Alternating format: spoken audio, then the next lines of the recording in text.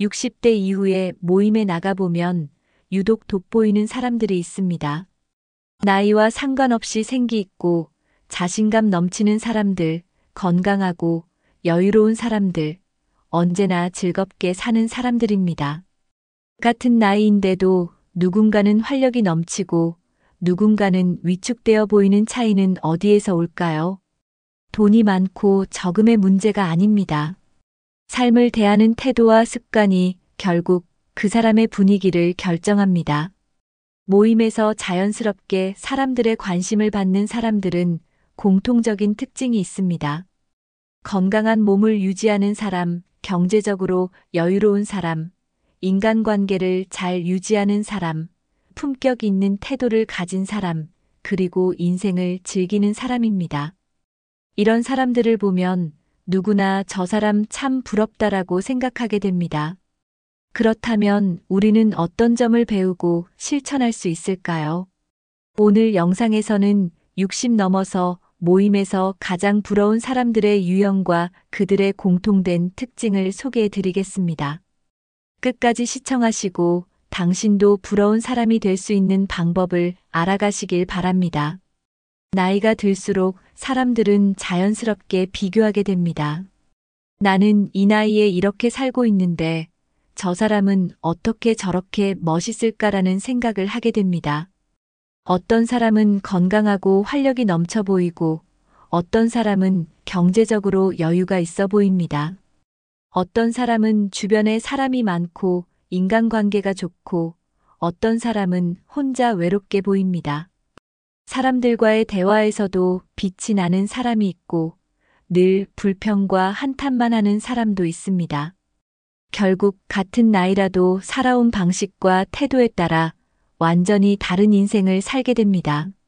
하지만 다행히도 부러운 사람들의 특징을 배워서 우리도 실천할 수 있습니다. 아주 작은 습관만 바꿔도 훨씬 활기차고 멋있는 인생을 살 수 있습니다. 그렇다면 모임에서 가장 부러운 사람들의 유형 첫 번째는 누구일까요? 바로 건강을 잘 관리한 사람들입니다. 모임에 나가보면 유독 건강해 보이고 활력이 넘치는 사람들이 있습니다.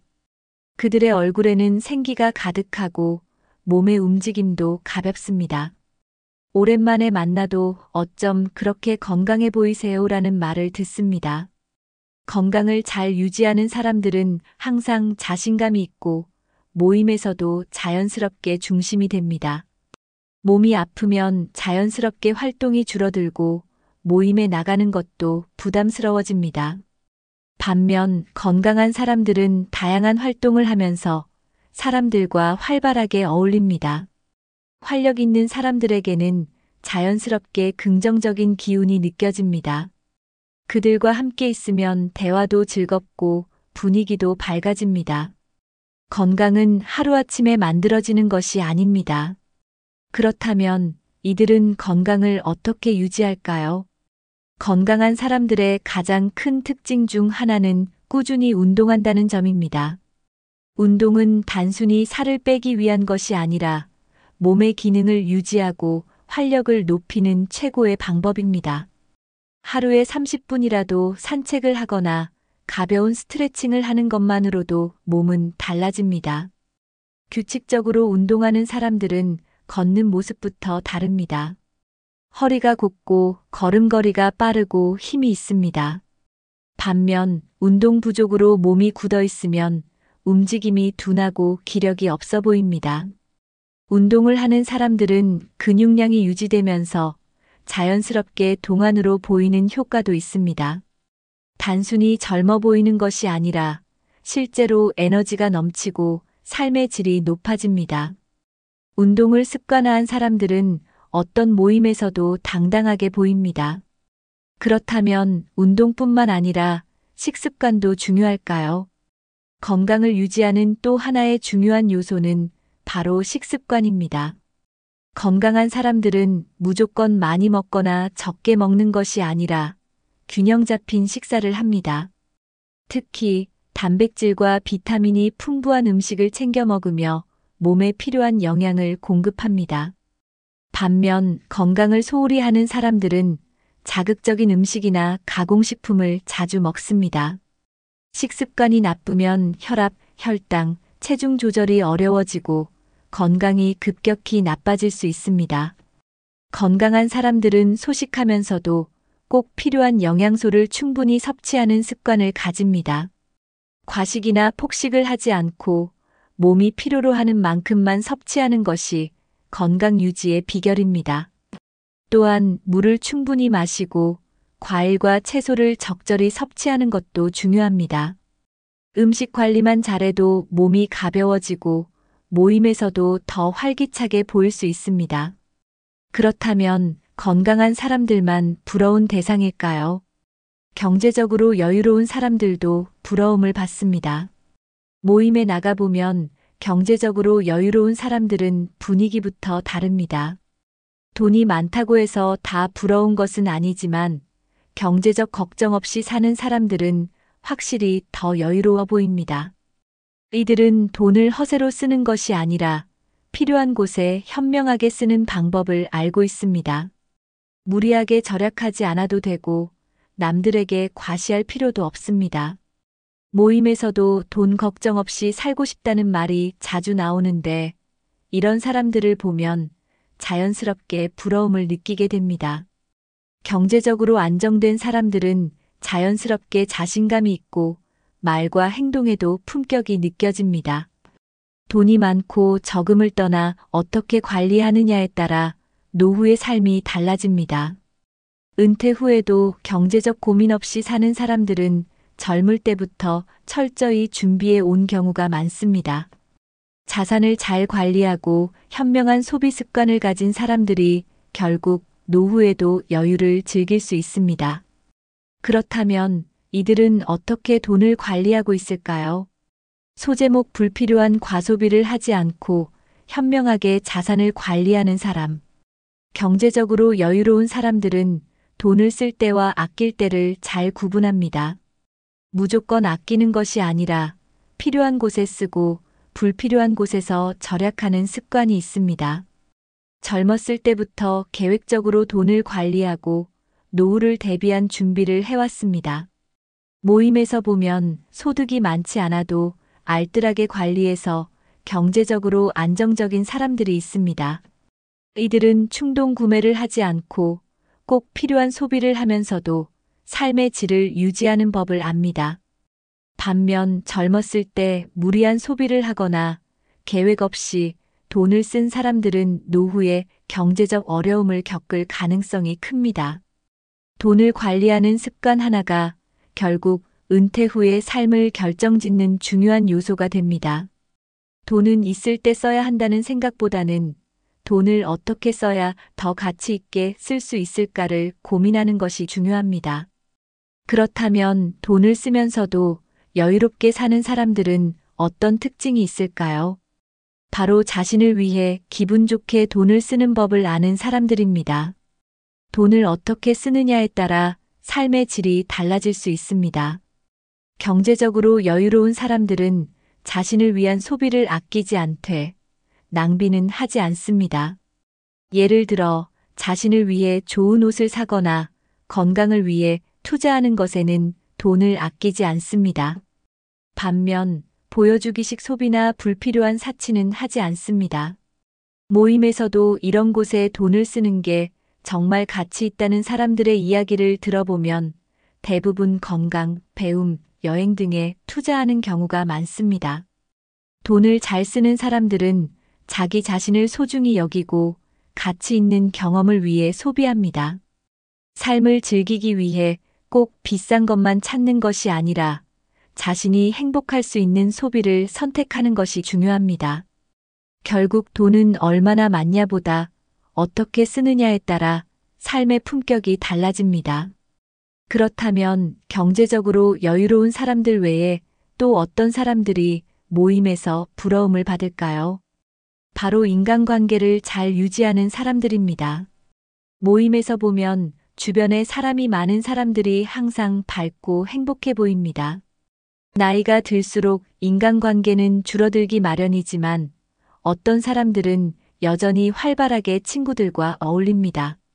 이런 사람들은 젊었을 때부터 인간관계를 소중히 여기고 꾸준히 유지해 온 경우가 많습니다. 오랜 친구가 있다는 것은 그만큼 신뢰를 쌓으며 살아왔다는 증거이기도 합니다.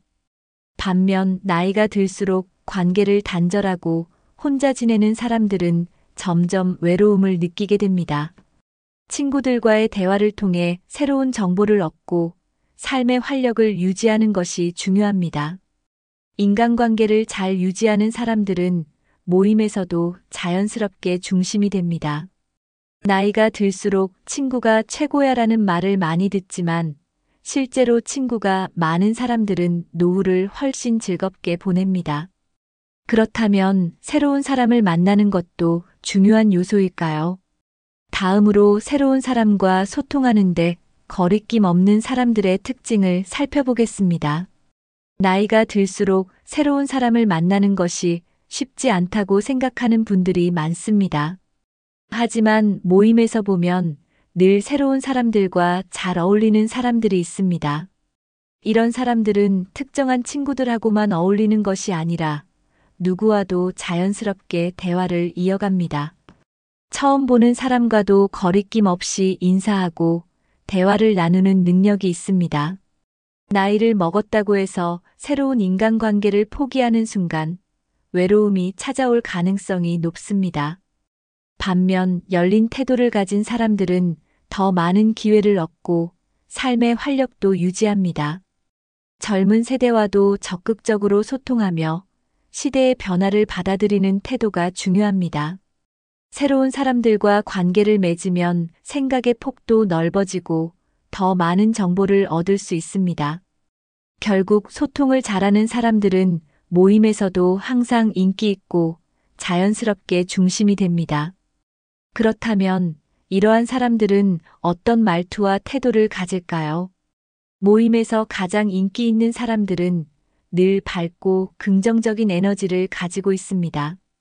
부정적인 이야기보다는 즐거운 이야기, 유익한 이야기를 나누는 사람들이 사람들에게 호감을 줍니다.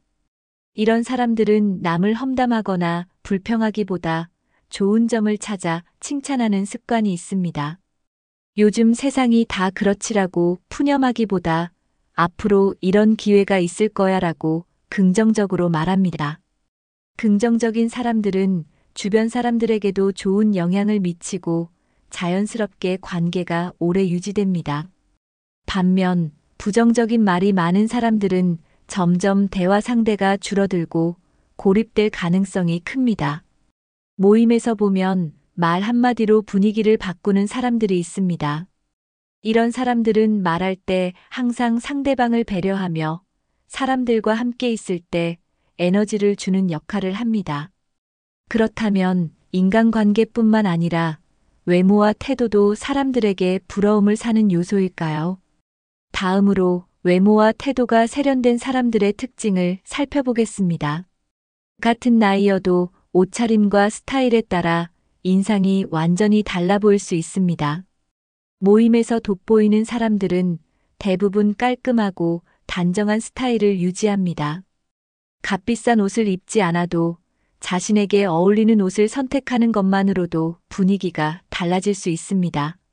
세련된 사람들은 너무 화려한 옷을 입기보다는 기본적인 스타일을 잘 활용하는 경우가 많습니다. 옷뿐만 아니라 구두, 가방, 액세서리 같은 작은 디테일까지 신경 쓰는 것이 중요한 요소입니다. 같은 옷이라도 구김없이 잘 다려 입고 깨끗하게 관리하면 훨씬 세련된 인상을 줄 수 있습니다. 특히 색깔 조합을 잘 활용하면 나이를 떠나 더욱 멋있어 보일 수 있습니다. 패션 센스가 좋은 사람들은 모임에서도 자연스럽게 사람들의 관심을 받게 됩니다. 그렇다면 스타일뿐만 아니라 자세와 태도도 중요한 요소일까요? 다음으로 당당한 자세와 여유 있는 태도를 가진 사람들의 특징을 살펴보겠습니다. 사람이 처음 보였을 때 가장 먼저 눈에 들어오는 것은 그 사람의 자세와 태도입니다. 모임에서 보면 허리를 꼿꼿이 펴고 걸음걸이가 당당한 사람들이 돋보입니다. 반면 어깨를 움츠리고 허리를 구부리고 있으면 자신감 없어 보일 수 있습니다. 자세가 바른 사람들은 실제로도 더 건강해 보이고 젊은 인상을 줍니다. 연구에 따르면 자세가 바른 사람들은 그렇지 않은 사람들보다 실제로 에너지가 높고 긍정적인 성향을 보인다고 합니다. 자신감 있는 태도는 단순히 외모뿐만 아니라 대화할 때의 표정과 말투에서도 나타납니다. 여유로운 태도를 가진 사람들은 급하게 말하거나 행동하지 않고 천천히 생각하고 부드럽게 말합니다. 이런 사람들은 듣는 사람에게 안정감을 주며 모임에서도 중심이 되는 경우가 많습니다. 그렇다면 외모와 태도뿐만 아니라 피부와 헤어스타일 관리도 중요한 요소일까요? 다음으로 적절한 스킨케어와 헤어스타일을 유지하는 사람들의 특징을 살펴보겠습니다. 나이가 들수록 피부와 머리카락 관리는 더욱 중요해집니다. 모임에서 보면 피부가 촉촉하고 머리카락이 단정한 사람들이 더욱 젊어 보입니다. 피부가 건조하고 거칠어 보이면 나이보다 더 늙어 보일 수 있습니다. 적절한 보습과 자외선 차단만 신경 써도 얼굴이 훨씬 건강하고 생기 있어 보일 수 있습니다. 머리카락 역시 너무 흐트러져 있거나 흰머리가 관리되지 않으면 자칫 초라한 인상을 줄 수 있습니다. 자연스럽게 흰머리를 유지하는 것도 좋지만 깨끗하게 염색하거나 스타일을 정리하는 것도 좋은 방법입니다. 특히 너무 강한 화장보다는 자연스러운 메이크업이나 깨끗한 피부 표현이 더 젊어 보이게 만듭니다. 헤어스타일도 나이에 맞게 세련되게 유지하면 모임에서도 더 돋보일 수 있습니다. 결국 외모 관리는 단순히 꾸미는 것이 아니라 자신을 소중히 여긴다는 표현이기도 합니다. 그렇다면 마지막으로 모임에서 가장 부러운 사람들의 또 다른 특징은 무엇일까요? 모임에서 가장 부러운 사람들은 항상 배움과 도전을 즐기는 사람들입니다. 나이가 들었다고 해서 새로운 것을 포기하는 것이 아니라 오히려 더 많은 것을 배우려는 자세를 가집니다. 이런 사람들은 새로운 취미를 갖거나 책을 읽고 강의를 듣고 기술을 배우며 끊임없이 성장합니다. 평생 배우려는 태도를 가진 사람들은 언제나 젊고 활력이 넘칩니다. 반면 나이가 들었다고 해서 이제 배울 것도 없다라고 생각하는 사람들은 점점 더 소극적인 태도를 가지게 됩니다. 새로운 취미를 갖는 것은 단순한 즐거움이 아니라 뇌 건강에도 좋은 영향을 줍니다. 연구에 따르면 새로운 것을 배우는 사람들은 그렇지 않은 사람들보다 치매 발병 위험이 낮다고 합니다. 한 가지 취미라도 깊이 있게 즐기면 삶의 만족도가 훨씬 높아질 수 있습니다. 그렇다면 배움뿐만 아니라 여행이나 봉사활동처럼 적극적으로 활동하는 것도 중요한 요소일까요? 다음으로 여행, 운동, 봉사활동 등 적극적으로 활동하는 사람들의 특징을 살펴보겠습니다. 나이가 들수록 집에만 있으면 몸과 마음이 모두 약해질 수 있습니다. 모임에서 보면 여행을 자주 다니거나 사회활동을 활발하게 하는 사람들이 있습니다. 이런 사람들은 항상 새로운 경험을 하며 삶을 즐기는 태도를 가지고 있습니다. 여행을 다니면서 다양한 문화를 접하면 자연스럽게 대화 소재도 많아지고 생각의 폭도 넓어집니다. 운동을 꾸준히 하는 사람들은 몸뿐만 아니라 정신적으로도 더욱 건강한 모습을 보입니다. 봉사활동을 하는 사람들은 다른 사람들과의 교류가 활발하며 삶의 보람을 느끼는 경우가 많습니다. 적극적인 사람들은 나이가 들어도 항상 바쁘고 새로운 일에 도전하며 활기찬 인생을 살아갑니다. 반면 늘 집에만 있고 활동이 없는 사람들은 점점 더 위축될 가능성이 높습니다. 그렇다면 이런 사람들은 단순히 바쁘게 사는 것이 아니라 삶 자체를 즐기려는 태도를 가지고 있는 걸까요? 다음으로 인생을 즐기며 끊임없이 도전하는 사람들의 특징을 살펴보겠습니다. 모임에서 가장 부러운 사람들은 나이가 들어도 인생을 즐기려는 태도를 가진 사람들입니다. 이들은 항상 새로운 목표를 세우고 작은 것이라도 도전하며 삶을 채워갑니다.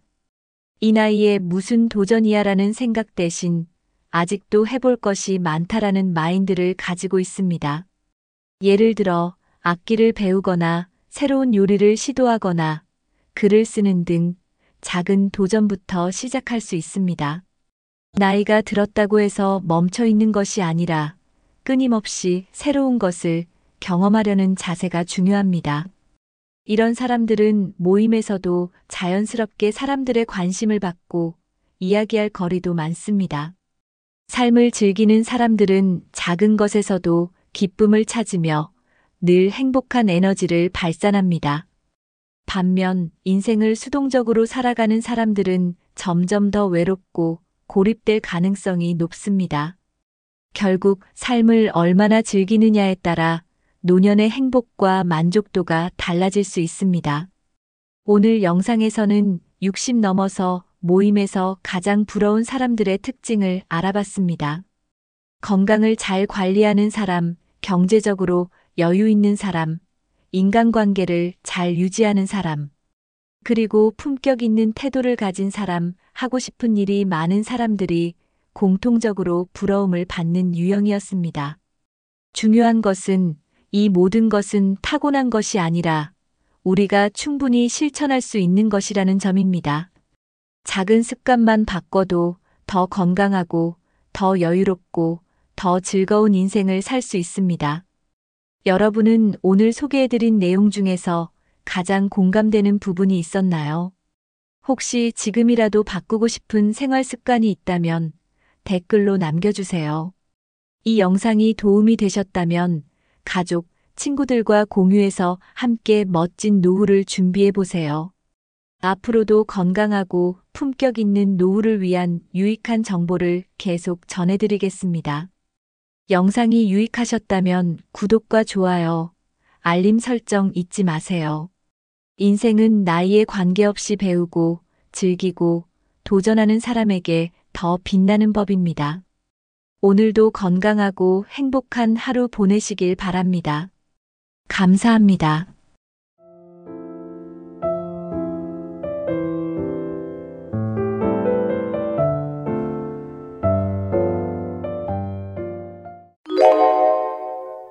결혼은 두 사람의 사랑만으로 이루어지지 않습니다. 양가 가족이 함께하는 순간들이 더해지면서 진정한 의미를 완성하게 되죠. 하지만 오늘 이야기의 주인공은 상견례 자리에서 단 10분 만에 모든 것이 끝나고 말았습니다. 평생을 함께할 사람이라 믿었던 예비 신랑과 신부가 상견례에서 벌어진 사건으로 인해 파혼을 결심했는데요. 과연 어떤 일이 있었던 걸까요? 오늘은 상견례라는 중요한 자리가 갈등으로 이어진 이유와 그 속에 숨겨진 교훈을 함께 살펴보겠습니다. 상견례를 앞두고 계신 분들, 혹은 결혼 준비 중인 분들이라면 꼭 끝까지 시청하시길 바랍니다. 지금부터 상견례 10분 만에 파혼에 이르게 된 충격적인 이야기를 시작하겠습니다. 1. 상견례가 파혼으로 이어진 사건의 전말. 상견례 자리에서 벌어진 첫 번째 갈등. 상견례는 예비 신랑과 신부가 양가 부모님을 처음으로 소개하는 자리입니다. 이 자리는 결혼 준비에 첫 단추를 끼우는 중요한 순간인데요. 하지만 이 상견례 자리에서 첫 번째 갈등이 시작되었습니다. 신랑 측 부모님이 약간 늦게 도착하면서 분위기가 어색해졌습니다. 신부 측 부모님은 이에 대해 불쾌감을 느꼈고 서로 간의 첫 인사가 불편하게 흘러갔습니다. 첫 인사 이후에도 신랑 측 부모님이 준비한 선물이 신부 측 기대에 못 미쳤던 것도 문제가 되었습니다. 신부 측은 이를 예의 부족으로 받아들였고 이로 인해 대화의 시작부터 갈등의 씨앗이 심어졌습니다. 이후 식사가 시작되면서 신랑 측 아버지가 신부 측 부모님께 사업과 재산에 관한 질문을 했는데 이는 큰 오해를 불러일으켰습니다. 신부 측은 이러한 질문을 결혼에 있어 금전적인 기대가 크다는 신호로 받아들였습니다. 반대로 신랑 측은 신부 가족이 지나치게 예민하게 반응한다고 느꼈습니다. 이런 상황 속에서 대화는 점점 더 긴장감이 감돌았고 서로의 시선도 차가워졌습니다. 사소한 말 한마디가 큰 오해를 불러오며 상견례는 순조롭게 진행되지 못했습니다. 결국 첫 번째 갈등은 두 가족 간의 불편한 기류로 자리 잡았습니다. 2. 상견례에서 문제가 터지는 이유. 상견례에서 흔히 발생하는 갈등 요인. 상견례는 양가가 처음으로 공식적으로 만나는 자리이기 때문에 여러 가지 갈등 요소가 숨어 있습니다. 가장 흔한 갈등 요인은 서로 다른 기대치입니다. 신부 측은 예의를 갖춘 신랑 측의 태도를 기대하지만 신랑 측은 지나치게 형식적인 분위기를 부담스러워할 수 있습니다. 이러한 기대치의 차이가 충돌로 이어지기 쉽습니다. 또 다른 문제는 대화 주제입니다. 상견례 자리에서는 서로 민감한 주제를 피하는 것이 중요하지만 금전이나 재산 문제, 결혼 준비 비용 같은 이야기가 나오면 갈등이 발생할 수 있습니다. 가족 간의 성격 차이도 갈등 요인이 됩니다. 한쪽은 격식을 중요시하지만 다른 쪽은 자유로운 분위기를 선호할 경우 서로를 무례하거나 부담스럽게 느낄 수 있습니다. 또한 세대 차이로 인한 갈등도 무시할 수 없습니다. 부모님 세대의 가치관과 젊은 세대의 결혼관이 다를 경우 서로의 관점을 이해하지 못해 상처를 주고받게 됩니다. 이러한 요소들이 상견례 자리에서 문제가 터지는 주요 원인입니다. 결국 상견례는 단순한 만남 이상의 의미를 가지며 양가의 관계를 좌우할 수 있는 중요한 자리입니다. 3. 상견례 갈등을 예방하는 방법. 상견례 전 양가의 충분한 소통의 중요성. 상견례에서 갈등을 예방하려면 양가가 사전에 충분히 소통하는 것이 중요합니다. 상견례 전 예비 신랑과 신부가 양가 부모님께 서로의 가족에 대해 소개하고 예상 질문이나 민감한 주제를 미리 조율하는 것이 좋습니다. 예를 들어 부모님께 상견례의 분위기나 기대하는 내용을 솔직히 이야기하면 불필요한 오해를 줄일 수 있습니다. 또한 선물이나 준비 사항에 대해 양가가 사전에 합의하는 것도 갈등을 예방하는 데 중요한 역할을 합니다. 상견례 전에 미리 서로의 가족 문화를 이해하려고 노력하는 것도 필요합니다. 각 가정의 전통이나 관습 혹은 의사소통 스타일을 알아두면 첫 만남에서 불필요한 갈등을 줄일 수 있습니다. 양가가 편안한 분위기에서 상견례를 진행할 수 있도록 장소와 식사 메뉴 선택에도 신경 써야 합니다. 너무 격식 있는 자리보다는 양가 모두가 편안하게 느낄 수 있는 장소를 선택하는 것이 좋습니다. 상견례는 단순히 결혼의 시작을 알리는 자리가 아니라 두 가정이 하나가 되는 첫걸음입니다. 충분한 소통을 통해 상견례를 더 뜻깊고 긍정적인 자리로 만들어 보세요. 예비 부부가 합의점을 찾아야 하는 이유. 상견례에서 갈등을 예방하려면 예비 신랑과 신부가 먼저 서로의 입장과 생각을 충분히 공유하고 합의하는 것이 필수적입니다. 두 사람이 상견례 전에 양가의 기대와 우려를 미리 논의하면 상견례 자리가 훨씬 부드럽게 진행될 수 있습니다. 예를 들어 선물 문제나 식사 자리에서 나올 수 있는 주제에 대해 미리 조율해두면 갈등을 예방하는 데 큰 도움이 됩니다. 상견례는 단순히 두 가정이 만나는 자리일 뿐만 아니라 예비 부부가 두 가정을 연결하는 중간 역할을 해야 하는 순간이기도 합니다. 만약 예비 신랑이 자신의 가족이 지나치게 형식을 중요시한다고 느낀다면 신부에게 이를 미리 알리고 준비할 수 있게 하는 것이 좋습니다. 반대로 신부가 자신의 부모님이 예민한 부분에 대해 설명한다면 신랑이 이를 고려해 대화 주제나 태도를 조정할 수 있습니다. 예비 부부가 서로의 의견을 충분히 나누지 않으면 상견례 자리에서 예기치 못한 충돌이 발생할 가능성이 높아집니다. 두 사람의 합의는 단순히 갈등을 예방하는 것을 넘어 상견례 후 양가의 관계를 긍정적으로 형성하는 데도 중요한 역할을 합니다. 상견례에서 부모님이 대화 중에 충돌하거나 오해가 생기더라도 예비부부가 중심을 잘 잡고 중재 역할을 할 수 있습니다. 두 사람의 합의는 단순히 결혼을 준비하는 단계가 아니라 결혼 생활에서도 중요한 신뢰와 소통의 기반이 됩니다. 예비부부가 이 부분을 충분히 논의한다면 상견례는 갈등보다는 화합의 자리가 될 수 있습니다. 상견례에서 반드시 피해야 할 행동과 발언. 상견례에서 갈등을 피하려면 반드시 피해야 할 행동과 발언들이 있습니다. 첫 번째로 상대방의 경제적 상황이나 재산에 대한 직접적인 질문은 금기입니다. 예를 들어, 결혼 비용은 누가 부담할 계획인가요? 혹은 재산은 어느 정도 있나요? 같은 질문은 상대방에게 부담과 불쾌감을 줄 수 있습니다. 이러한 질문은 상견례 후에도 양가 사이에 깊은 오해를 남길 수 있습니다. 두 번째로 지나치게 형식적이거나 과장된 행동은 피해야 합니다. 상견례는 격식을 갖추는 자리이긴 하지만 지나치게 꾸민 행동은 오히려 어색한 분위기를 만들 수 있습니다. 자연스럽고 진솔한 태도가 상대방에게 더 좋은 인상을 남깁니다.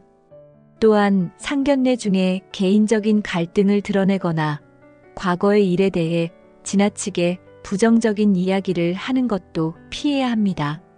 세 번째로 상대방을 평가하거나 비교하는 발언은 절대 금물입니다. 우리 집에서는 이러지 않는데요. 같은 말은 상대방의 자존심을 상하게 하고 분위기를 냉각시킬 수 있습니다. 모든 대화는 존중과 배려를 바탕으로 이루어져야 합니다. 상견례는 결혼의 첫걸음을 위한 자리이니만큼 상대방을 비난하거나 비교하기보다는 서로를 이해하고 격려하는 태도를 유지하는 것이 중요합니다. 4. 파혼 후 남은 후회와 교훈. 파혼 후 양가와 당사자가 느낀 감정.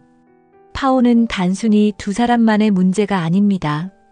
양가 모두에게 큰 충격과 아쉬움을 남길 수 있습니다.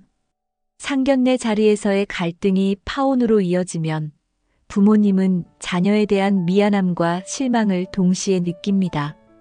예를 들어 신부 측 부모님은 우리가 너무 민감하게 반응했나? 라는 후회를 하기도 하고 신랑 측 부모님은 우리가 준비가 부족했나? 라는 자책을 하게 됩니다. 당사자인 예비 신랑과 신부 역시 자신들의 관계를 지키지 못한 점에 대해 큰 아쉬움을 느낍니다. 이 과정에서 두 사람은 서로에 대한 신뢰와 사랑을 다시 한번 돌아보게 됩니다. 하지만 때로는 파혼이 옳은 선택일 수도 있습니다. 결혼은 단순히 두 사람의 사랑만으로 이루어지지 않기 때문에 양가의 갈등이 지속될 경우 결혼 생활에 더 큰 영향을 미칠 수 있습니다.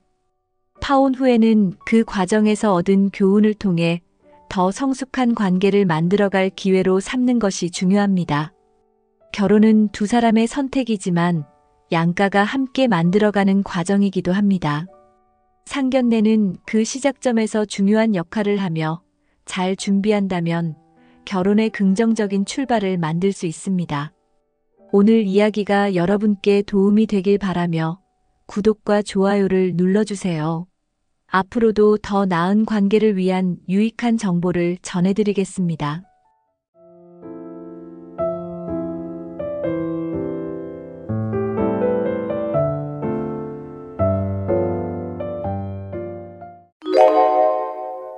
노년에 들어서면 누구나 돌봄이 필요한 순간을 맞이할 수 있습니다. 많은 사람들이 그때를 대비해 요양원을 떠올리지만 요양원만이 유일한 대안은 아닙니다. 익숙한 환경에서 더 품위 있고 자율적인 삶을 유지할 수 있는 다양한 방법이 존재합니다. 오늘은 그 대안들을 하나씩 소개해 드리겠습니다. 가족과 지역사회의 도움, 기술의 발전을 활용해 어떻게 노년기를 더 행복하게 보낼 수 있는지 함께 알아보겠습니다. 영상을 끝까지 시청하시면 요양원 대신 선택할 수 있는 여러 가지 방법과 노년기를 준비하는 실질적인 팁을 얻을 수 있을 것입니다. 1. 요양원 외에 고려할 수 있는 선택지들. 가정에서 돌봄 서비스를 활용하는 방법. 가정에서 돌봄 서비스를 활용하는 것은 요양원을 대신할 수 있는 가장 현실적이고 효과적인 방법 중 하나입니다. 이 서비스는 전문 간병인이나 간호사가 집으로 찾아와 약물 관리, 식사 준비, 청소 등 일상적인 도움을 제공합니다. 이렇게 하면 익숙한 환경에서 편안함을 유지하면서도 필요한 도움을 받을 수 있습니다. 가정 돌봄 서비스는 특히 가족들과 가까운 거리에 거주하는 경우 더 효과적입니다. 정기적으로 가족의 방문과 전문적인 돌봄이 조화를 이루면 정서적인 안정감도 커집니다. 예를 들어 아침에 간병인이 와서 하루 일과를 돕고 저녁에는 가족이 시간을 함께 보내는 방식이 가능합니다. 또한 가정 돌봄 서비스는 요양원에 비해 비용 면에서도 유리한 경우가 많습니다. 시간제나 맞춤형 서비스를 선택하면 필요한 만큼만 이용할 수 있기 때문에 경제적 부담을 줄일 수 있습니다. 이 방법은 특히 신체적으로 큰 도움이 필요하지 않지만 일상적인 지원이 필요한 노인들에게 적합합니다. 하지만 이 서비스를 선택할 때는 신뢰할 수 있는 제공자를 찾는 것이 중요합니다. 검증된 기관이나 지역복지센터를 통해 간병인을 소개받으면 신뢰성과 품질을 확보할 수 있습니다. 서비스를 시작하기 전에 본인과 가족이 원하는 돌봄 수준과 요구사항을 명확히 정리하는 것도 필수입니다. 가정에서 돌봄을 받는 것은 단순히 편리함 이상의 의미를 가집니다. 이는 노인이 스스로의 삶을 통제할 수 있다는 느낌을 유지하도록 돕고 일상생활에서 독립성을 잃지 않게 합니다. 예를 들어 간병인의 도움으로 필요한 일은 해결하되 노인이 스스로 할 수 있는 부분은 맡기는 방식이 자율성과 자존감을 높이는 데 효과적입니다. 가족과 함께하는 공동생활의 장단점.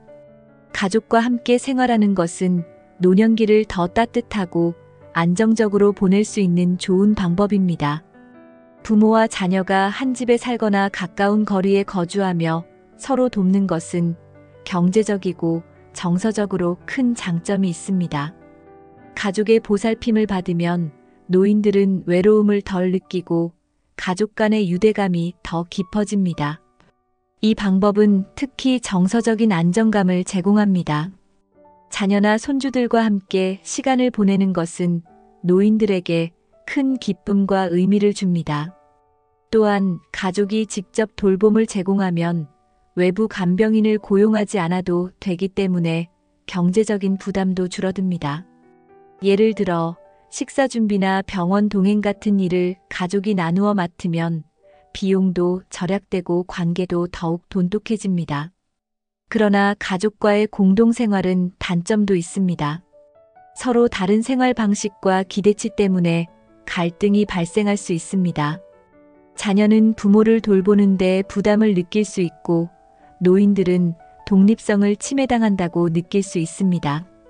이러한 문제를 예방하려면 명확한 역할 분담과 꾸준한 소통이 필요합니다. 공동생활의 성공을 위해서는 서로의 공간과 개인 시간을 존중하는 것이 중요합니다. 예를 들어 부모님이 사용할 전용 공간을 마련하거나 각자의 일정을 서로 조율하는 것이 갈등을 줄이는 데 효과적입니다. 노인에게도 일정 부분의 독립성을 유지할 기회를 주어야 합니다. 가족과의 공동생활은 예상치 못한 상황에서도 도움을 받을 수 있는 안전망 역할을 합니다. 예를 들어 갑작스러운 건강 문제나 긴급한 상황이 발생했을 때 가족이 즉각적으로 대처할 수 있습니다. 이는 요양원에서의 간접적인 돌봄과는 다른 강력한 지원 시스템입니다. 또한 가족과 함께 지내면 노인들에게 의미 있는 역할을 부여할 수도 있습니다. 손주를 돌보거나 집안의 사소한 일을 돕는 등 자신의 기여가 느껴질 때 노인들은 더 큰 만족감을 얻습니다. 이는 노년기의 우울증 예방에도 긍정적인 영향을 미칩니다. 하지만 갈등이 생길 수 있는 상황은 현실적으로 존재합니다. 자녀 세대가 직장과 가족 돌봄을 병행하며 스트레스를 받을 수 있고, 노인들은 자신의 요구가 충분히 충족되지 않는다고 느낄 수 있습니다. 이를 방지하려면 정기적으로 가족 회의를 통해 서로의 기대와 불만을 공유하는 자리가 필요합니다. 결국 가족과의 공동생활은 단순히 물리적인 공간을 공유하는 것을 넘어 정서적 유대와 상호 지원을 통해 더 나은 노년기를 만드는 과정입니다. 이 방식이 성공하려면 모든 가족 구성원이 열린 마음으로 서로를 존중하고 협력해야 합니다. 2. 노년기를 위한 새로운 돌봄 방식. 공유주택 또는 실버 커뮤니티의 장점. 공유주택과 실버 커뮤니티는 요양원을 대체할 수 있는 창의적인 대안으로 주목받고 있습니다. 이곳에서 노인들은 각자의 독립적인 공간을 가지면서도 공용 공간에서 다른 주민들과 소통할 수 있는 기회를 얻습니다. 이는 고립감을 줄이고 활기찬 노년 생활을 만드는 데 큰 도움이 됩니다. 실버 커뮤니티는 다양한 활동 프로그램과 편의시설을 제공합니다. 예를 들어 운동 클래스, 취미 활동, 영화 감상 모임 같은 프로그램은 노인들에게 즐거움을 주고 새로운 친구를 사귈 기회를 제공합니다. 이는 노년기에 흔히 경험하는 사회적 고립을 효과적으로 예방합니다. 공유주택의 가장 큰 장점은 경제적인 효율성입니다. 공동으로 생활비를 나누고 필요한 서비스를 함께 이용함으로써 개인적인 비용 부담을 줄일 수 있습니다. 예를 들어 공동 식사 준비나 공용 차량 사용은 실질적인 생활비 절감으로 이어집니다. 또한 이러한 환경은 정서적으로도 큰 안정감을 제공합니다. 비슷한 연령대와 관심사를 가진 사람들과 함께 생활하면 공감대가 형성되고 상호 지지와 격려를 받을 수 있습니다. 이는 특히 독립성과 사회적 연결을 동시에 원하는 노인들에게 이상적인 환경입니다. 공유주택이나 실버 커뮤니티를 선택할 때는 개인의 필요와 선호도를 고려해야 합니다. 시설의 위치, 제공되는 서비스, 그리고 주민들과의 조화 등을 신중히 검토하면 더 만족스러운 선택을 할 수 있습니다.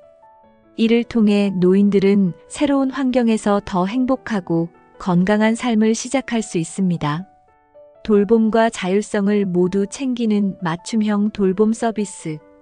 맞춤형 돌봄 서비스는 노인 개인의 필요를 세심하게 반영한 돌봄 형태로 요양원에 의존하지 않고도 독립적인 생활을 유지할 수 있게 돕습니다. 이 서비스는 간병인이나 간호사가 정기적으로 집에 방문해 약물 관리, 신체 보조, 집안일 등을 도와주는 방식으로 이루어집니다. 가장 큰 장점은 유연성입니다. 필요한 시간과 서비스만 선택할 수 있어 경제적 부담을 줄이면서도 높은 품질의 돌봄을 받을 수 있습니다. 예를 들어 간단한 집안일이나 간단한 건강 체크만 필요한 경우에는 간단한 시간제 돌봄 서비스를 선택할 수 있습니다. 맞춤형 돌봄은 가족의 부담을 덜어주는데도 효과적입니다. 자녀들이 직장과 가정을 병행하는 상황에서 간병인이 부모님의 일상적인 돌봄을 담당하면 가족 구성원 모두가 더 나은 삶의 균형을 유지할 수 있습니다. 정서적 지원도 맞춤형 돌봄의 중요한 부분입니다. 간병인은 단순히 신체적 도움을 제공하는 것이 아니라 대화와 교감을 통해 노인의 외로움을 덜어줍니다. 이는 요양원에서 제공받기 어려운 개인화된 정서적 지원으로 노인의 삶의 질을 크게 향상시킵니다. 이 서비스는 특히 건강 상태가 양호하지만 일상적인 도움을 필요로 하는 노인들에게 적합합니다. 스스로 할 수 있는 일은 그대로 유지하면서 필요한 부분에서만 도움을 받을 수 있는 점은 독립성을 중시하는 노인들에게 이상적입니다. 맞춤형 돌봄 서비스는 가족들과의 협력을 강화하는 데도 큰 역할을 합니다. 간병인이 정기적으로 방문해 도움을 제공하면 가족은 부모님과 더 질 높은 시간을 보낼 수 있습니다. 예를 들어 자녀는 간병인에게 돌봄의 실질적인 부분을 맡기고 정서적 지지와 함께하는 시간을 늘릴 수 있습니다. 이는 가족 모두의 삶의 질을 높이는 결과를 가져옵니다. 맞춤형 돌봄 서비스의 또 다른 장점은 지속적인 건강 관리입니다. 전문 간병인이나 간호사는 노인의 건강 상태를 정기적으로 체크하며 필요한 경우 가족과 의료진에게 즉각 보고합니다. 이는 질병의 초기 징후를 발견하고 더 심각한 문제로 이어지지 않도록 예방하는 데 큰 도움을 줍니다. 더불어 맞춤형 돌봄 서비스는 다양한 요구를 충족할 수 있는 유연성을 제공합니다. 예를 들어 요리와 청소를 주로 돕는 서비스가 필요할 수도 있고 이동 보조나 병원 동행 같은 더 구체적인 도움을 필요로 할 수도 있습니다. 서비스 제공자는 이런 요구에 맞게 프로그램을 설계하므로 개별화된 돌봄이 가능합니다. 이 서비스는 기술과도 결합해 더욱 발전하고 있습니다. 예를 들어 스마트폰 애플리케이션을 통해 간병인의 스케줄과 노인의 상태를 실시간으로 모니터링할 수 있는 시스템도 보급되고 있습니다. 이는 가족과 간병인이 원활하게 협력할 수 있도록 돕는 동시에 노인의 안전을 강화합니다. 기술을 활용한 스마트 홈 케어 시스템. 스마트 홈 케어 시스템은 기술을 활용해 노인의 삶을 보다 안전하고 편리하게 만드는 혁신적인 돌봄 방식입니다. 이 시스템은 센서와 스마트 기기들을 통해 노인의 상태를 실시간으로 모니터링하고 필요한 도움을 자동으로 제공합니다. 예를 들어 낙상 감지 센서가 노인의 낙상을 즉시 감지하고 가족이나 응급 서비스에 알림을 보낼 수 있습니다. 또한 약 복용 알림 기능은 노인들이 약을 제때 복용할 수 있도록 돕습니다.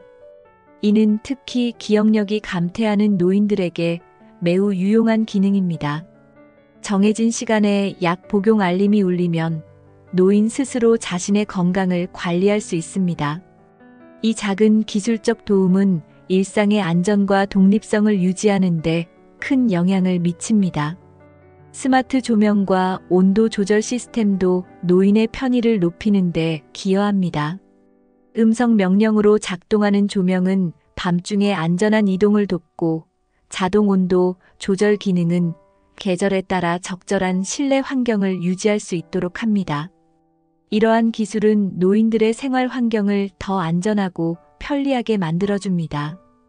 가족과의 연결을 강화하는 것도 스마트 홈 케어의 큰 장점 중 하나입니다. 영상 통화 기능이 포함된 스마트 디바이스는 노인들이 가족과 언제든 소통할 수 있는 기회를 제공합니다. 이는 정서적 안정감을 높이고 사회적 연결을 유지하는 데 도움을 줍니다. 경제적인 효율성도 주목할 만합니다. 초기 설치 비용은 다소 발생할 수 있지만 장기적으로는 요양원 비용보다 훨씬 저렴합니다. 또한 필요한 기능만 선택적으로 활용할 수 있어 예산에 맞게 맞춤 설정이 가능합니다. 스마트 홈 케어는 노인의 독립성을 유지하면서도 가족과 간병인 모두의 부담을 줄이는 데 효과적입니다. 기술의 도움으로 요양원을 대신할 수 있는 다양한 가능성을 모색할 수 있습니다. 이는 단순히 편리함을 넘어 노년의 삶의 질을 획기적으로 높이는 혁신적인 방식입니다. 3. 요양원을 대체하는 방법의 장단점 분석. 요양원과 비교한 가정 돌봄의 장점과 한계. 가정 돌봄은 익숙한 환경에서 생활할 수 있다는 점에서 요양원보다 큰 장점을 가지고 있습니다. 익숙한 공간에서의 생활은 노인의 정서적 안정감을 높이고 새로운 환경에 적응해야 하는 스트레스를 줄여줍니다. 이는 특히 치매나 알츠하이머 환자에게 더욱 중요한 요소입니다. 그러나 가정 돌봄은 전적으로 가족과 간병인의 협력에 의존하기 때문에 제공 가능한 돌봄의 수준에 한계가 있을 수 있습니다. 예를 들어 24시간 상주 간병인이 필요한 경우에는 가정 돌봄이 더 큰 비용 부담을 초래할 수 있습니다. 이는 가족의 재정 상황에 따라 선택이 제한될 수 있음을 의미합니다. 요양원은 전문적인 의료 서비스를 즉각적으로 제공할 수 있다는 장점이 있지만 노인의 독립성을 제한할 가능성도 높습니다. 반면 가정 돌봄은 노인이 스스로 결정할 수 있는 자유와 자율성을 유지할 수 있는 환경을 제공합니다. 이는 삶의 질을 크게 향상시키는 요인입니다. 가정 돌봄의 한계 중 하나는 가족 구성원들에게 심리적, 신체적 부담을 줄 수 있다는 점입니다. 특히 가족들이 돌봄 역할을 분담하기 어려운 경우 간병과 일상생활의 균형을 유지하는 데 어려움을 겪을 수 있습니다. 이를 해결하기 위해서는 간병인과의 협력 또는 맞춤형 서비스를 적극 활용해야 합니다. 또한 가정 돌봄은 노인의 삶에서 가족과의 유대감을 강화할 수 있는 기회를 제공합니다. 요양원에서는 가족 방문이 제한적일 수 있지만 가정 돌봄에서는 가족과의 상호작용이 더 자연스럽게 이루어질 수 있습니다. 이는 노인의 정서적 안정과 행복감을 높이는 데 크게 기여합니다. 반면 가정 돌봄이 항상 이상적으로 작동하지 않을 수도 있습니다. 가족 구성원이 충분히 협력하지 않거나 간병인이 필요한 수준의 전문성을 갖추지 못한 경우에는 돌봄의 질이 떨어질 수 있습니다. 이로 인해 노인의 건강이 악화되거나 가족 간 갈등이 발생할 가능성도 있습니다. 요양원은 전문적인 의료 서비스와 구조화된 일정을 제공하지만 종종 개인의 선호나 자유를 제한하는 환경을 조성할 수 있습니다. 이에 비해 가정 돌봄은 보다 유연하게 노인의 생활 방식을 존중할 수 있다는 점에서 더 나은 선택이 될 수 있습니다. 따라서 요양원과 가정 돌봄 중 무엇이 더 적합한지는 노인의 건강 상태, 가족의 상황, 그리고 경제적 여건에 따라 달라질 수 있습니다. 두 선택지의 장단점을 명확히 이해하고 필요한 경우 두 방식을 병행하거나 적절히 조합하는 것도 고려할 수 있습니다. 결국 가정 돌봄은 노인의 품위와 독립성을 유지하며 정서적으로 더 안정적인 환경을 제공할 수 있는 강력한 대안입니다. 가족과 간병인 그리고 지역사회의 협력을 통해 가정 돌봄의 한계를 극복하고 요양원의 이점을 보완할 수 있는 방법을 찾아야 합니다. 비용, 정서적 안정감, 그리고 독립성의 균형. 노년기의 돌봄 방식에서 가장 중요한 요소는 비용, 정서적 안정감, 그리고 독립성 간의 균형을 찾는 것입니다. 요양원은 모든 것을 포괄하는 서비스를 제공하지만 높은 비용이 가장 큰 단점으로 꼽힙니다. 특히 장기적으로 요양원을 이용해야 할 경우 재정적 부담이 매우 클 수 있습니다. 반대로 가정 돌봄은 비교적 경제적인 선택지가 될 수 있습니다. 필요에 따라 시간제 돌봄 서비스를 이용하거나 가족 구성원이 돌봄을 분담하면 비용을 크게 줄일 수 있습니다.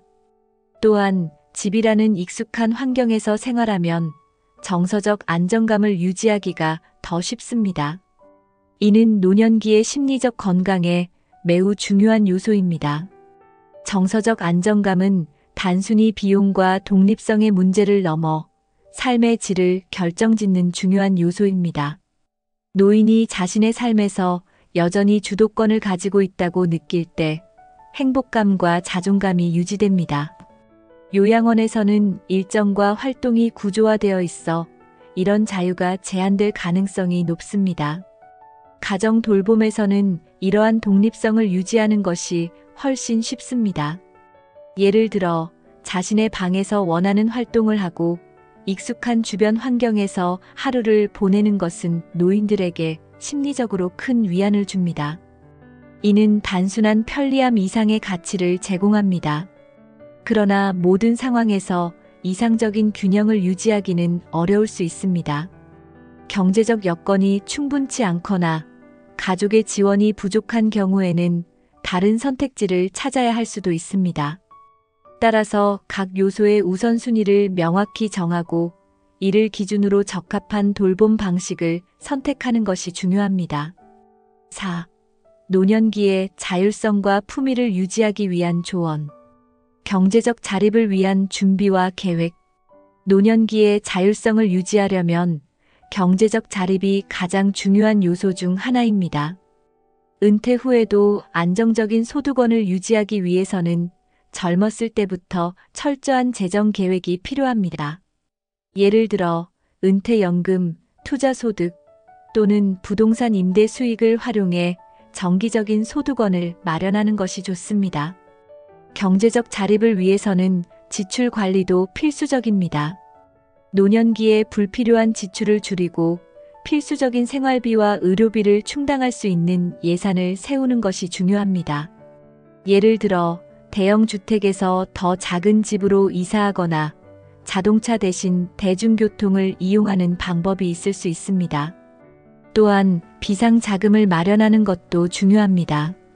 갑작스러운 의료비나 예상치 못한 상황에 대비하기 위해 최소 6개월에서 1년간의 생활비를 충당할 수 있는 비상자금을 준비해야 합니다. 이는 경제적 불안감을 줄이고 더 큰 재정적 독립성을 제공합니다.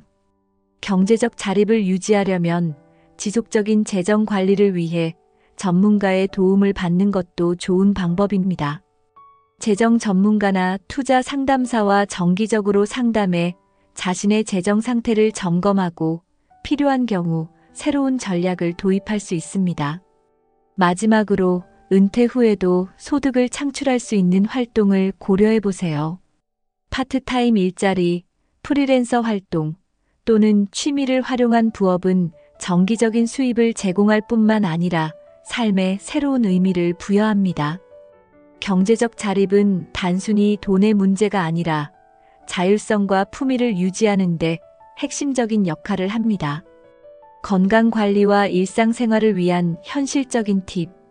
노년의 자율성과 품위를 유지하려면 무엇보다도 건강관리가 필수입니다. 규칙적인 운동은 신체를 활성화시키고 질병을 예방하는 데 중요한 역할을 합니다. 예를 들어 매일 30분씩 걷기나 가벼운 스트레칭은 심혈관 건강을 유지하고 관절을 유연하게 만듭니다. 이는 노년기 독립생활의 기반이 됩니다. 식단 관리 또한 건강을 유지하는 핵심 요소입니다. 과일, 채소, 고단백 식품과 같은 영양소가 풍부한 식단은 면역력을 강화하고 만성질환의 위험을 줄이는 데 도움을 줍니다. 가공식품과 과도한 설탕 섭취를 줄이고 물을 충분히 마시는 습관을 들이는 것도 중요합니다. 노년기에는 정기적인 건강검진이 필요합니다. 건강 상태를 지속적으로 점검하면 문제를 조기에 발견하고 적절히 대응할 수 있습니다.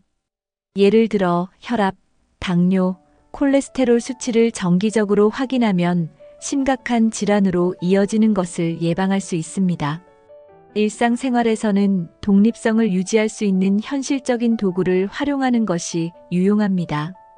예를 들어 집안 곳곳에 손잡이를 설치하거나 미끄럼 방지 매트를 사용하는 등 안전한 환경을 만드는 것은 자립적인 생활을 지속할 수 있는 기반이 됩니다.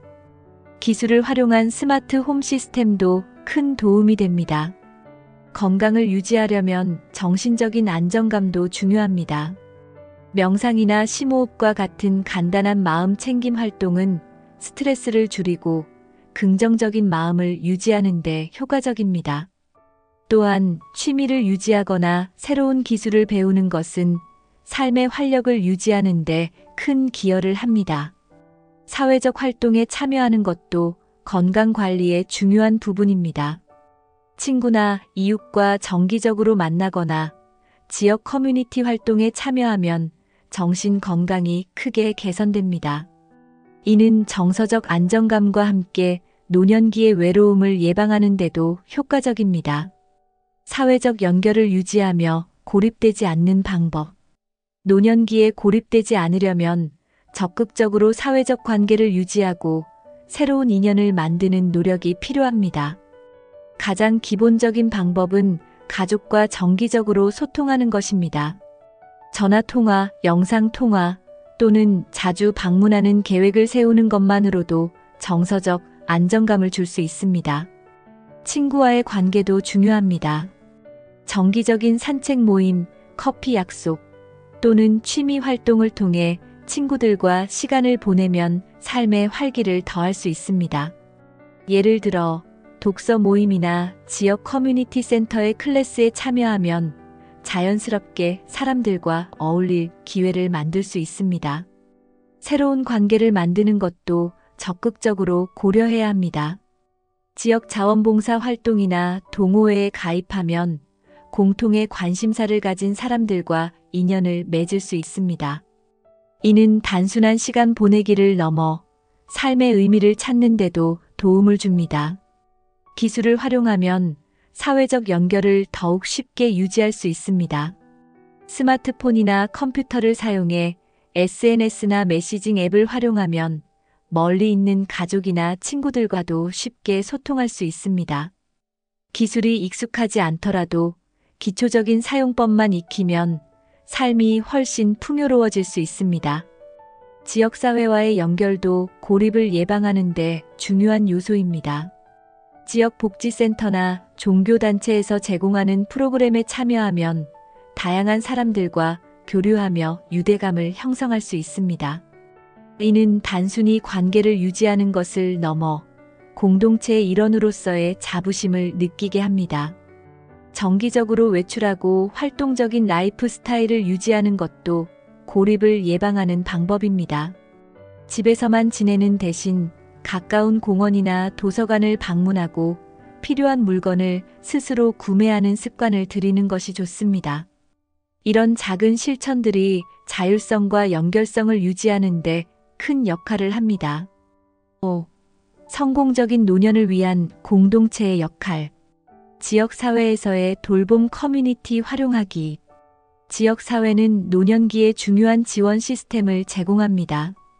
지역복지센터, 커뮤니티 센터 또는 종교단체에서 제공하는 돌봄 서비스와 활동 프로그램은 노인의 일상을 풍요롭게 만듭니다. 예를 들어 건강 강좌, 취미 활동 또는 동네 산책 모임에 참여하면 자연스럽게 지역 사회와 연결될 수 있습니다. 돌봄 커뮤니티는 노인의 다양한 필요를 충족할 수 있는 맞춤형 서비스를 제공합니다. 이동이 어려운 노인들을 위한 무료 교통 서비스, 집안일을 돕는 자원봉사자 또는 정기적인 건강 체크 프로그램은 삶의 질을 크게 향상시킵니다. 이웃과의 관계도 중요한 요소입니다. 친밀한 이웃은 간단한 일상적인 도움을 주고받을 수 있는 귀중한 자원입니다. 예를 들어 긴급 상황에서 이웃에게 도움을 요청하거나 간단한 물건을 서로 빌려주는 것만으로도 노년기의 일상이 더 편리해질 수 있습니다. 지역사회는 단순히 돌봄 서비스를 제공하는 것을 넘어 정서적 지지와 유대감을 형성하는 중요한 역할을 합니다. 예를 들어 노인을 위한 무료 점심 프로그램이나 정기적인 문화 행사는 노년층이 외출과 사회적 활동을 지속할 수 있도록 돕습니다. 이는 단순히 시간을 보내는 것을 넘어 사회의 일부로 느끼게 하는데 기여합니다. 돌봄 커뮤니티는 또한 건강관리와 관련된 실질적인 지원도 제공합니다. 이동식 병원 서비스나 건강 세미나는 노인들이 자신의 건강 상태를 쉽게 점검할 수 있는 기회를 제공합니다. 이러한 프로그램은 의료시설을 방문하기 어려운 노인들에게 특히 유용합니다. 커뮤니티 활동은 개인의 필요와 선호를 반영한 맞춤형 프로그램을 제공하기도 합니다. 예를 들어 미술, 음악, 요가 같은 창의적이고 치유적인 활동은 노인들의 삶에 활력을 불어넣고 스트레스를 해소하는 데 도움을 줍니다. 이는 신체적인 건강뿐만 아니라 정신적인 안정감을 유지하는 데도 중요합니다. 지역 사회와의 연결은 비상 상황에서도 큰 힘이 됩니다. 예를 들어 자연재해나 의료 응급 상황에서 이웃과 지역 커뮤니티가 협력하여 빠르게 대처할 수 있습니다. 이는 노인이 혼자 살더라도 안전망 역할을 하는 중요한 요소입니다. 친구와 이웃과 함께하는 협력적인 생활. 노년기에 친구와 이웃과의 관계를 유지하고 발전시키는 것은 삶의 질을 높이는 중요한 방법입니다. 특히 같은 연령대의 친구와 함께 시간을 보내면 공통된 경험을 공유하며 정서적 안정감을 느낄 수 있습니다. 예를 들어 아침 산책 모임이나 커피 타임 같은 간단한 활동도 삶에 큰 활력을 줄 수 있습니다. 이웃과의 협력적인 관계는 일상적인 문제를 해결하는 데도 도움이 됩니다. 예를 들어 무거운 물건을 옮기거나 간단한 집안 수리를 도와주는 등 서로의 일상에서 작은 도움을 주고받는 것은 신뢰를 형성하고 관계를 더욱 단단하게 만듭니다. 친구와 이웃과 함께 공동의 목표를 설정하는 것도 좋은 방법입니다. 예를 들어 동네 환경을 개선하기 위한 자원봉사 활동에 함께 참여하거나 지역 행사나 축제 준비를 돕는 등 공동체 활동은 노년기에 새로운 목표와 동기를 제공합니다. 협력적인 생활은 정서적인 안정뿐만 아니라 실질적인 안전도 제공합니다. 이웃과 서로의 일정과 상태를 공유하면 갑작스러운 상황에서도 서로 도울 수 있는 준비가 되어 있습니다. 이는 특히 혼자 사는 노인들에게 중요한 안전망 역할을 합니다.